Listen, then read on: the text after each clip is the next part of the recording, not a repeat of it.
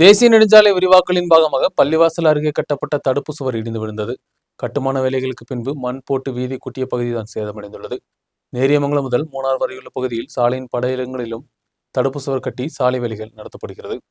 அடிமாலி மூணார் பகுதிகளின் வளர்ச்சியை எதிர்பார்த்து தேசிய நெடுஞ்சாலை 85 நவீனப்படுத்தும் வேலைகள் நடத்தப்பட்டது. சாலையின் 2 பக்கங்களிலும் தடுப்பு சுவர்கள் கட்டியும் ஓடைகள் கட்டியும் வேலைகள் நடத்தப்படுகிறது. நேரியமங்கலம் முதல் மூணார் வரையுள்ள பகுதியில் சாலையின் பல இடங்களிலும் தடுப்பு சுவர் கட்டி சாலை விரிவாக்கம் செய்யப்படுகிறது. இதில் பள்ளிவாசல் அருகில் கட்டப்பட்ட தடுப்பு சுவர் தான் சேதமடைந்துள்ளது. வேலைகள் முடிந்து மண் போட்டு வீதி கூட்டிய பகுதியில் தடுப்பு சுவர் இடிந்துள்ளது. கொச்சி முதல் மூணார் வரையுள்ள 125 கிலோமீட்டர் தூரம் திட்டம் நடைமுறைப்படுத்தப்படுகிறது.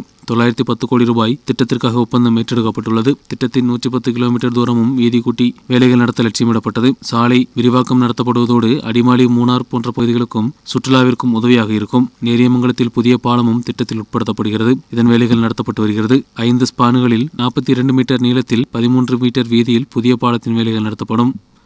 News bureau, Munnar.